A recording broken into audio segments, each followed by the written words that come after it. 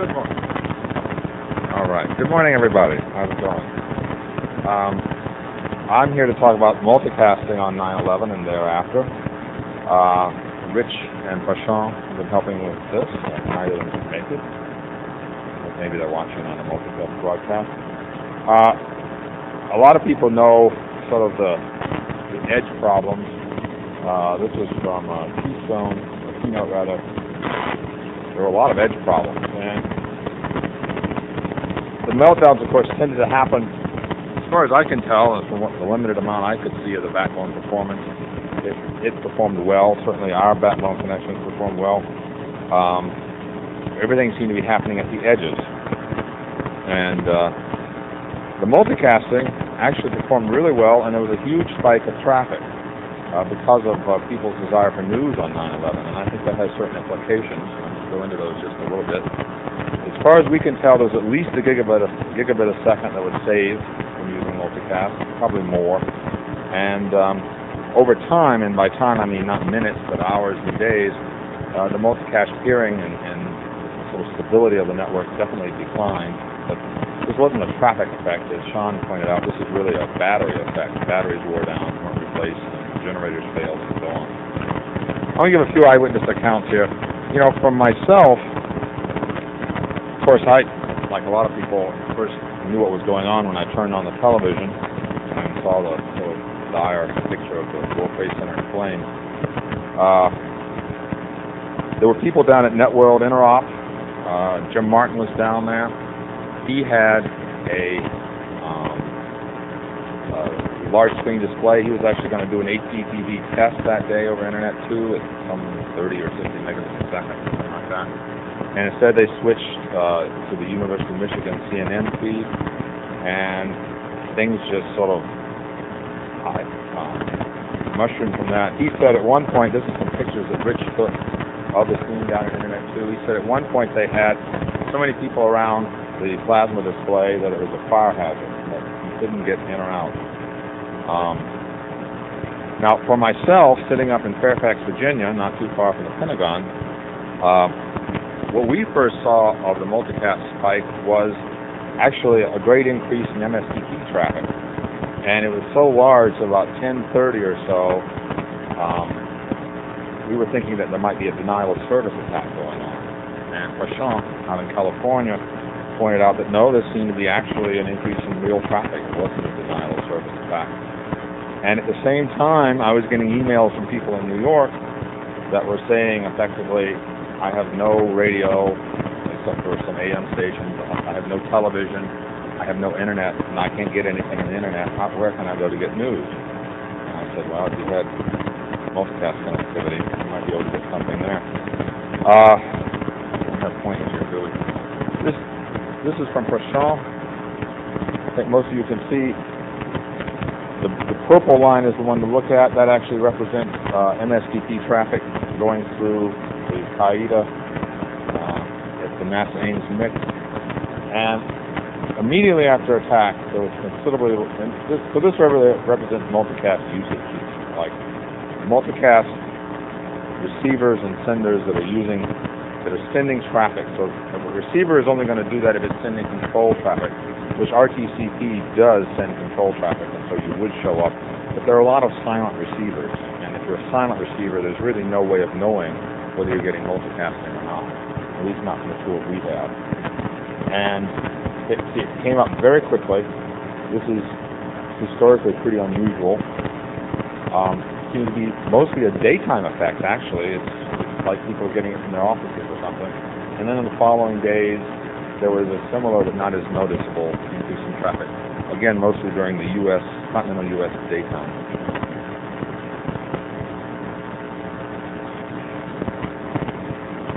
All right, we went back and re-looked at this, and actually I looked at the monitoring information I have, which is not as frequent as Prashant's, and you see from 3 separate monitoring locations, you have a pretty good coincidence in the measurement. So it's pretty clear that we are more or less measuring the same thing within the 10% level or so. MSTP makes this available. The new SSM multicast, Single Source Multicast, will lose this ability, unfortunately, but I think that'll provide a considerable increase in network reliability. And again, basically immediately, as soon as within an hour, between 9 and 10 o'clock in the morning East Coast time, there was this big ramp up in traffic. From the active receivers, that is to say from the receivers that were sending control information, there was at least 1,000, 1,500 of those, and that's where the gigabit assessment came from. This is along the historical plot, the same information. You can see diurnal cycle, a lot of this is US and Europe, and then bang. And it sort of went to normal. This is actually maybe related to the memory worm or something like that. The VBrick system has a separate system for telling you TV viewership, and that was actually 830 people at a megabit and a half a second. So that's a gigabit right there, gigabit a second right there. As far as we could tell, and now this has actually made us think very seriously about monitoring multicast, not just reachability, but multicast performance in real time. There is actually some monitoring that going on. Bill Nicholas does that, but unfortunately, that information is not really archived, and so once it's gone, it's gone. We've been thinking seriously about archiving this and making historical records available. I think that would be a good idea. But as far as we could tell from our location in Fairfax, the multicast performed well. We everywhere we tried to get to, we got to. You know, we didn't see any service interruptions, and we didn't hear about from other people. This is anecdotal, of course, but we tend to get a lot of complaints that people don't get multicast for various reasons. And we didn't hear about any of that. So, we did see, though, starting 2 days later, problems. And we were told that this was because of 25 Broadway, that when their backup power went down, there was a fairly important Internet 2 link going over to Europe that was not redundant in any way, and so it partitioned the network. And I wanted to talk about this from a multicast standpoint just a little bit. We actually have 3 homes or 3 homes, and you just do an MBGP. Well, how many routes are advertised by 1, 2, or 3 of those guys? Only 20% are advertised by all 3. There are 28% that only advertised by 1. Well, you got single points of failures, and I think in the current state of multicast, that is the case. That there are single points of failures because it's not as robust as the unicast. And this is a view of what happened on 25 Broadway. The attack, this is every 6 hours now, this is our monitoring data, didn't seem to really cause any problems. The day or so after the attack, I actually looked at it fairly detailed, didn't seem to cause any problem. And then when the 25 Broadway failed, bang, we lost about 10%, all in Europe, all through this one connection. And then we tried to set up a tunnel with our friends over in AECS in Amsterdam, and we sort of kept bringing that tunnel up, taking it back down. That's why you have these sort of weird patterns. If we hadn't done that, it would just been flat and low for a considerable period of time. It wasn't restored for almost a week, I think. And so, you know, people who were trying to get multicast connectivity through that single point of failure would have had problems. So in conclusions, I'm going to try and keep this schedule here. See what's happening. I think multicast passed the real baptism of fire. It performed really well. We didn't see any problems. We thought there was a denial of service attack, but there wasn't. That was actually usage. And it saved quite a lot of bandwidth. And I think the other conclusion I've had is that if you're really going to start thinking about using these things, as people are, for some sort of emergency broadcasting or emergency notification, then it really needs to be made a lot more robust. All right, thank you. Time for questions?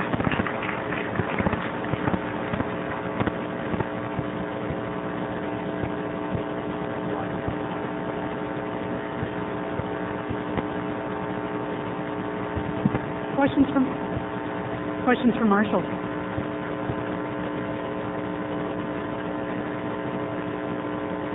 Comment.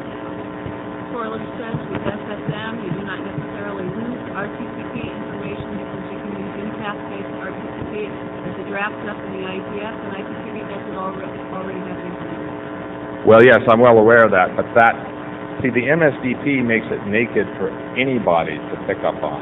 With SSM, only the source would know about it. I'm not saying that's a problem. It's just from a monitoring standpoint, it's something we use. Sean? You mentioned making the multicast more robust by adding additional mesh or peering. How easy is it to detect that the alternate paths exist through multicast in advance? From a static point, it's not a problem. The MBGP will tell you how many routes exist the same way it does for unicast BGP4. So, it's the deeper problem of saying, do all your connections go through the one fiber location in one building? I think that's really the same problem as unicast. I don't know how you'd say that really for unicast. I've heard all kinds of stories about people who thought they had redundant fiber and they found out it was on the same conduit or whatever. Well, my question is more about your one slide where you showed that there was X percentage had 1, X percentage had 2, X percentage had 3. Yeah, that slide there. Is it simply a matter that we now need to bring that to people's attention? They weren't looking at that before? Or was there some difficulty that ended up being that way? Well, I think this is just indicative of the limited amount of multicast deployment. The multicast deployment is limited. It's about 10% of the total internet. And so you're basically doing that within a network. If you just think about it, you've got 3 unicast links to a given location, or 5, or whatever number, and then only 1 in 10 of those is used for multicasting, then you're less likely to be robust. So more multicast deployment, I think, would fix that.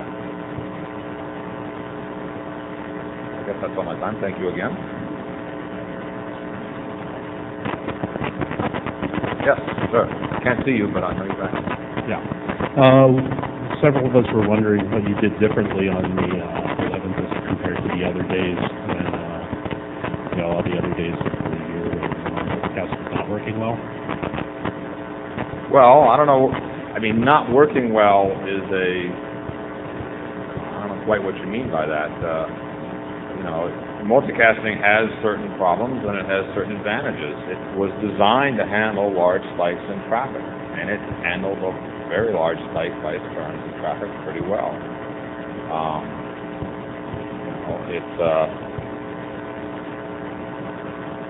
Multicasting is new technology, and relatively new technology, and like a lot of new technologies, there's a certain learning curve. That's our experience, certainly, that when you first get it going, it takes a certain amount of fiddling and learning to get it going right. And then once you get it going right, it tends to just sit there and work. I know ours just sits there and works.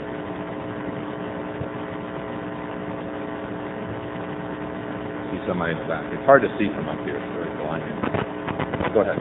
Hi, I work at Akamai, and on September 11th and 12th, we saw tens of gigabits per second of peakish traffic hitting. And while a lot of it was streaming, an awful lot of it was HTML overload. One of the interesting things was that one of the things that were getting crushed were actually just the web servers themselves unable to deliver. And are there things that people are working on in the multicast world that would allow people to deliver sort of web content? A lot of the user base of the world still doesn't really have the ability to pull in hundreds of K per second of streams. So that, in terms of peak traffic, that was my question. Well, yes, you certainly could, and there's actually some protocols for that. People haven't really pushed it very much because they haven't seen that as a goal. But I think, there's been a discussion, and if anybody's interested, they should see me afterwards. There's been discussion about how do you set up emergency notification, emergency broadcast, and that has several aspects. One is news. For that, you might well want a TV feed if you can afford the bandwidth, but the other is just simply text or HTML, or the president has announced that the air traffic control system is shut down. And I think there it's really not so much bandwidth you care about as reliability. It's not a high bandwidth thing, 100 bits a second maybe. You just want to make sure it gets there. And actually, I think both the CDNs and multicast